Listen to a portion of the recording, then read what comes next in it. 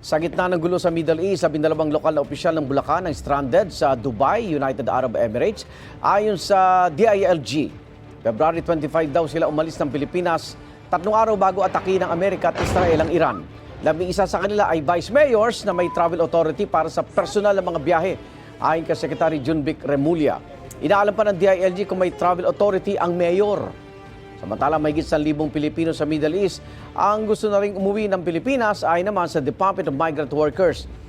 Hintayin daw muna ng DMW na mawala ang mga banta bago magsagawa ng repatriation. Karamihan din sa mga bansa apektado ng gulo ay sarado pa ang airspace o partially open pa lang. Sa tala ng Reuters, base sa data sa mga bansang sangkot sa gulo, may higit 800 na ang patay. Karamihan ay mula sa Iran, 10 naman ay mula sa Israel, kabilang ang isang OFW. 2 Pilipino naman ang sugatan, isa sa Kuwait at isa sa UAE.